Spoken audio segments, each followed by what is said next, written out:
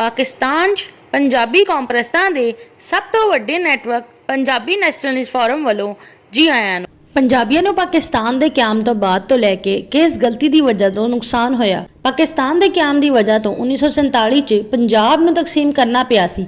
ਇਸ ਲਈ ਮਗਰਬੀ ਪੰਜਾਬ ਤੋਂ ਹਿੰਦੂ ਪੰਜਾਬੀਆਂ ਤੇ ਸਿੱਖ ਪੰਜਾਬੀਆਂ ਨੂੰ ਮਸ਼ਰਕੀ ਪੰਜਾਬ ਜਾਣਾ ਪਿਆ ਸੀ ਤੇ ਮਸ਼ਰਕੀ ਪੰਜਾਬ ਤੋਂ ਮੁਸਲਮਾਨ ਪੰਜਾਬੀਆਂ ਨੂੰ ਮਗਰਬੀ ਪੰਜਾਬ ਆਣਾ ਪਿਆ ਸੀ। ਇਸ ਦੇ ਨਤੀਜੇ 'ਚ 20 ਲੱਖ ਪੰਜਾਬੀ ਮਾਰੇ ਗਏ ਤੇ 2 ਕਰੋੜ ਪੰਜਾਬੀਆਂ ਨੂੰ ਉਜਾੜ ਦਿੱਤਾ ਗਿਆ ਸੀ। ਲੇਕਿਨ ਇਸ ਦੇ ਬਾਅਦ ਵੀ ਪਾਕਿਸਤਾਨੀ ਪੰਜਾਬ 'ਚ ਪੰਜਾਬੀਆਂ ਨੇ ਮੁਕਾਮੀ ਪੰਜਾਬੀ ਤੇ ਮੁਹਾਜਰ ਪੰਜਾਬੀ ਨੂੰ ਬੁਨਿਆਦ ਬਣਾ ਕੇ ਆਪਸ 'ਚ ਮੁਹਾਜ਼ਰਾਈ ਕਰਨਾ ਸ਼ੁਰੂ ਕਰ ਦਿੱਤੀ।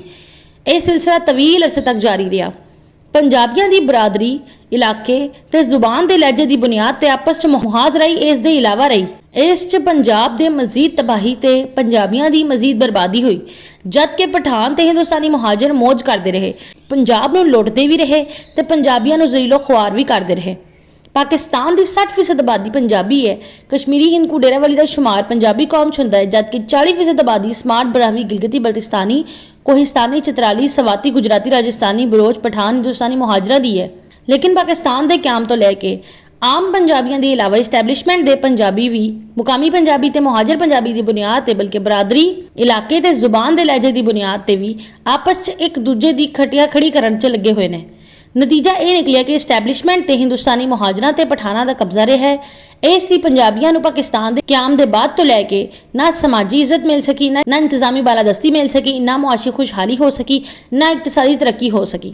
ਪਾਕ ਫੌਜ ਦਾ ਪਹਿਲਾ ਪੰਜਾਬੀ ਆਰਮੀ ਚੀਫ ਪਾਕਿਸਤਾਨ ਦੇ ਕਿਆਮ ਦੇ 24 ਸਾਲ 6 ਮਾਹ ਬਾਅਦ 1972 ਚ ਬਣ ਸਕਿਆ। ਪਾਕਿਸਤਾਨ ਦੀ ਮਿਲਟਰੀ ਸਰਵਿਸਿਜ਼ ਚ ਪਠਾਨ ਆਪਣੀ ਆਬਾਦੀ ਤੋਂ ਜ਼ਿਆਦਾ ਅਕਸਰੀਅਤ ਹਾਸਲ ਕਰਕੇ ਬੰਗਾਲੀਆਂ ਦਾ ਹੱਕ ਖਾਂਦੇ ਰਹੇ, ਲੇਕਿਨ ਗਾਲਾਂ ਪੰਜਾਬੀ ਖਾਂਦੇ ਰਹੇ। ਪਾਕਿਸਤਾਨ ਦੀ ਸਿਵਲ ਸਰਵਿਸਿਜ਼ 'ਚ ਉਰਦੂ ਬੋਲਣ ਵਾਲੇ ਹਿੰਦੁਸਤਾਨੀ ਮੁਹਾਜਰ ਆਪਣੀ ਆਬਾਦੀ ਤੋਂ ਜ਼ਿਆਦਾ ਅਕਸਰੀਅਤ ਹਾਸਲ ਕਰਕੇ ਬੰਗਾਲੀਆਂ ਦਾ ਹੱਕ ਖਾਂਦੇ ਰਹੇ, ਲੇਕਿਨ ਗਾਲਾਂ ਪੰਜਾਬੀ ਖਾਂਦੇ ਰਹੇ। ਪਾਕਿਸਤਾਨ ਦਾ ਪਹਿਲਾ ਜਮਹੂਰੀ ਤੌਰ ਤੇ ਮੁੰਤਖਬ ਪੰਜਾਬੀ ਸਿਆਸਤਦਾਨ ਪਾਕਿਸਤਾਨ ਦਾ ਵਜ਼ੀਰ ਆਜ਼ਮ ਪਾਕਿਸਤਾਨ ਦੇ ਕਿਆਮ ਦੇ 43 ਸਾਲ ਬਾਅਦ 1990 ਚ ਬਣ ਸਕਿਆ।